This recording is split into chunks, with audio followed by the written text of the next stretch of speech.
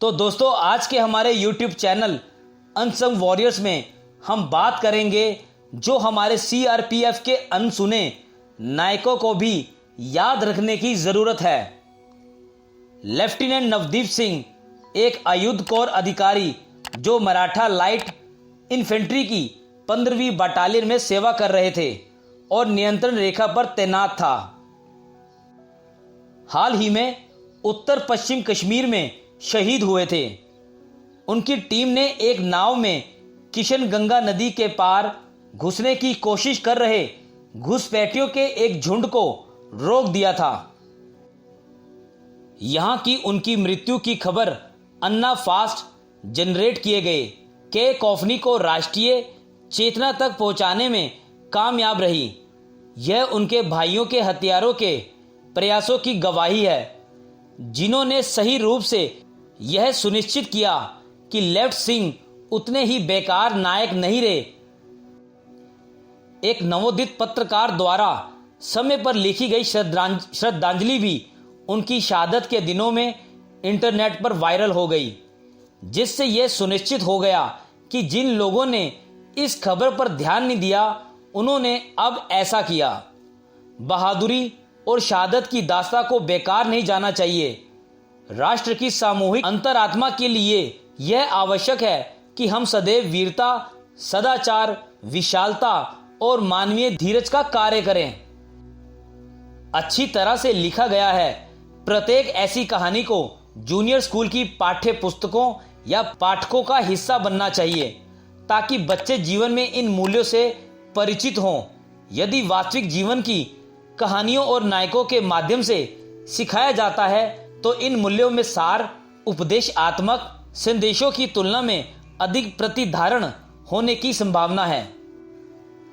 उस लिहाज से लेफ्ट सिंह भाग्यशाली रहे हैं। अकल्पनीय साहस की कई कहानियां केवल इसलिए खो जाती हैं क्योंकि जो लोग इसके साक्षी थे या जिन्हें समाचार प्रसारित करने का काम सौंपा गया था, वे ऐसा करना भूल गए। 15 अगस्त को जब सरकार ने वर्दीधारी कर्मियों के लिए बहादुरी पदक की सूचना की घोषणा की, तो सूची में नाम मात्र को प्राप्त करने वालों को कम कर दिया गया। नामों घटनाओं से बेहिसाब व्यर्थ और जल्दी से भूल गए हैं।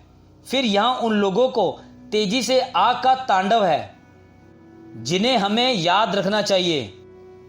CRPF की 202 COBRA बटालियन के अस्थिर आशीष कुमार तिवारी को मरणोपरांत इस वर्ष शौर्य चक्र से सम्मानित किया गया है, जो पिछले साल पश्चिम बंगाल के जंगल महल क्षेत्र में एक ऑपरेशन के लिए हुआ था। एक सामान्य ड्यूटी कांस्टेबल तिवारी सहायक कमांडेंट पंचम लाल के नेतृत्व वाली टीम का हिस्सा था, जिसे तत्कालीन मुख्यमंत्री बुद्धदेव भट्टाचार्य पर एक हत्या के प्रयास सहित कई घटनाओं के बाद लालगढ़ जिले के मेटला जंगल में तलाशी अभियान चलाने का काम सौंपा गया था। विशेष जानकारी के आधार पर AC लाल की टीम उस क्षेत्र में चली गई जहां उनका मानना था कि माओवादियों का एक समूह, जिसमें छापामार दल के नेता सिद्धू सोरेन शामिल है, शिविर लगा रहे हैं। कांस्टेबल तिवारी नक्सलियों की ताकत का पता लगाने के लिए आगे बढ़ा और महसूस किया कि समूह भारी हथियारों से लैस था।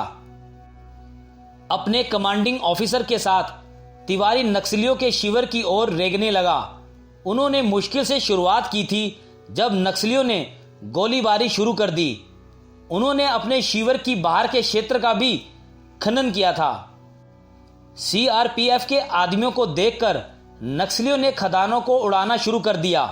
हालांकि यह सुनिश्चित करने के लिए कि माओवादी, विशेष रूप से सोरेन, बच नहीं जाते, तिवारी ने अपने हथियार उठा लिया और शिविर में आ गए। हिट होने के बावजूद तिवारी गिरने से पहले सोरेन सहित 3 माओवादियों को मारने में कामयाब रहे। हालांकि उनकी सबसे महत्वपूर्ण उपलब्धि थीजेर को मारना नहीं था, बल्कि यह सुनिश्चित करना था कि उनके CO सहित टीम के बाकी साथी संकटग्रस्त नहीं थे।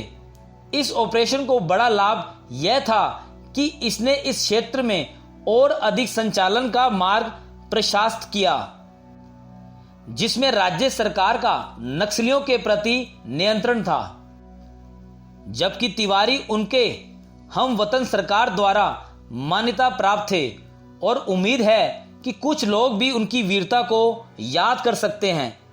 यह याद रखना उचित होगा कि सितंबर 2009 में एक और घटना हुई थी।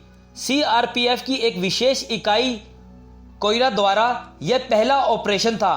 छत्तीसगढ़ के दंतेवाड़ा जिले में नक्सलियों के एक और गढ़ में प्रवेश करने के लिए 201 कोबरा बटालियन की 6 में से एक टीम, जिसमें सहायक एन मान रंजन सिंह और सहायक राकेश कुमार चौरसिया शामिल थे, को अभी तक प्रवेश करने का काम सौंपा गया था।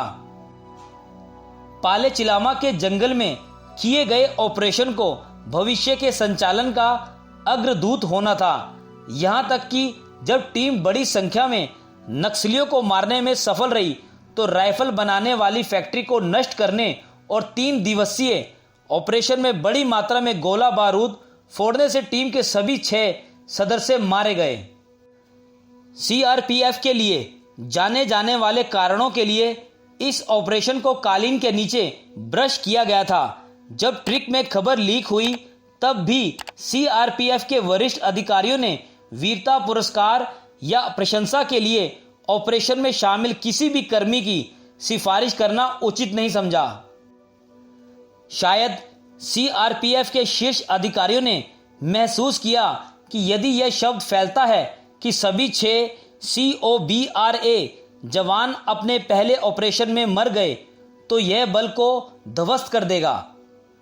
जाहिर है उनके मनोबल का विचार अलग है। इसमें ज्यादा और कुछ नहीं हो सकता है कि वीरता के एक काम पर किसी का ध्यान नहीं गया। 2008 के बाद से अकेले नक्सल ऑपरेशन में 250 से अधिक सीआरपीएफ कर्मियों की मौत हो चुकी है। अगर उनकी शहादत को उनकी अपनी पहचान नहीं मिली तो आप बाहरी लोगों को कैसे दोषी ठहरा सकते हैं। ऑपरेशन विफल हो सकते हैं लेकिन सैनिक नहीं करते हैं। वे केवल आदेशों का पालन करते हैं जो कि गैर नियोजित, गैर न्यायिक हो सकते हैं। यही कारण है कि किसी की शहादत को दूसरों से कम नहीं आंका जाता है। इस संबंध में भी ऐसा लगता है कि सीआरपीएफ को सेना से मदद लेने की जरूरत है। तो दोस्तों, आज के हमारे YouTube चैनल अनसंग वॉरियर्स में सीआरपीएफ के नायकों को भी याद रखना चाहिए, इस बारे में जाना। तो दोस्तों, आज की हमारी वीडियो आपको कैसी लगी? अगर अच्छी लगी हो तो इसे लाइक करें, कमेंट्स करें और कमेंट्स में अपने व्यूज जरूर बताएं और अपने सभी दोस्तों के साथ इस वीडियो को शेयर करें और प्लीज हमारे चैनल को सब्सक्राइब करना ना भूलें और नीचे दिए गए बेल आइकन को जरूर दबाएं। धन्यवाद।